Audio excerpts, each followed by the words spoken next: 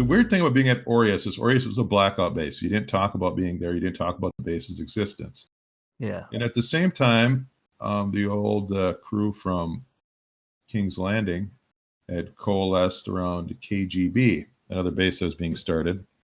And I found myself, excuse me, in the awkward position of being in two very different bases with, there's, at least from my perspective, there was like a schism in the 2B, 2T community between two groups. It was Aureus seemed to be made up of people by and large from one group that, how to describe this? What was the base you were at before then?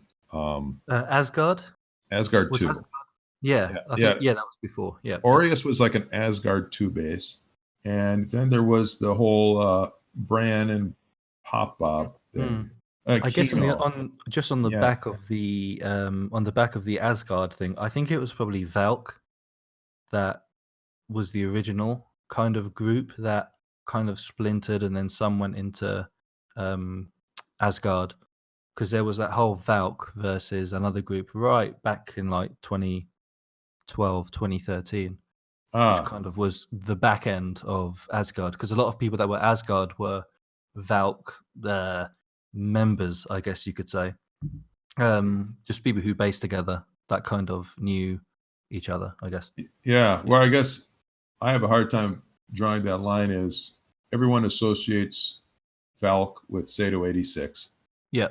And Sato ended up being one of the leaders at KGB. So anyway, this schism, I'm trying to think, okay, which two names would you represent as the figureheads in the schism? I guess I would put you, James, on the on the Aurea side, and I don't know who to put on the other, maybe Kino or Bran on the other. Me and Bran were definitely more vocal towards each other in chat, I think. Yeah, that's probably a good example. So yeah, I found myself, I'm in two different bases, in two different camps, so to speak, and I'm kind of like, I'm historically been kind of a loner, so I'm just trying to neutrally watch this stuff and see what happens. So it was an interesting situation. And then at KGB, when that got started, word got put us at the base that we were supposed to, this was early 2016. We were told there's something in the pipeline, something coming along with the version change. We can't build at KGB right now. Don't log in there. There's an exploit afoot, but don't worry about it. We're going to be beneficiaries of this exploit. And I found it very frustrating because I wanted to get building there and stuff, and everybody's kind of being told, there's an exploit afoot, but not being let in on the thing. I just found it really frustrating.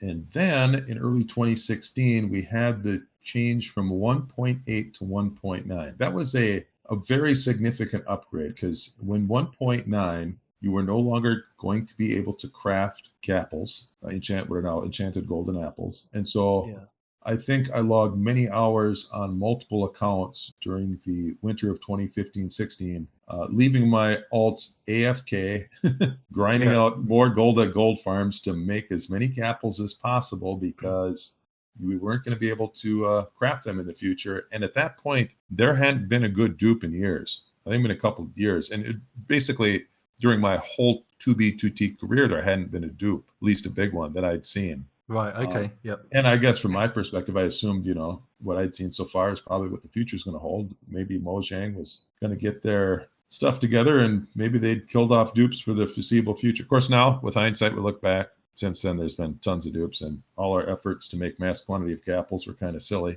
because everybody's just duped them many times over since. But at the time, it was a serious effort put into gold farms.